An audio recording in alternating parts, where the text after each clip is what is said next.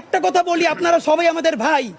জুলাইয়ের সাথে যদি গাদ্দারি করেন, আমার বাপেও আমার বাপ না, ঠিক। আমার মা আমার মা না, আমার সন্তান আমার সন্তান না, ঠিক।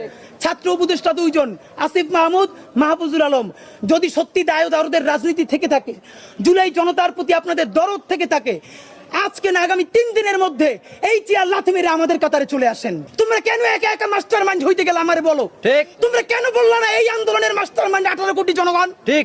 স্বরাষ্ট্র উপদেষ্টা 3 দিনের মধ্যে বলবেন কে তাকে ছেড়েছে।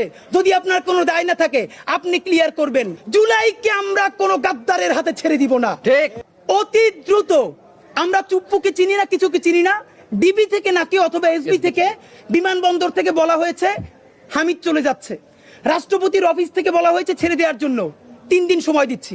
3 দিন মানে 3 দিন। আগামী 3 দিনের মধ্যে সরকারকে বলতে হবে রাষ্ট্রপতির অফিস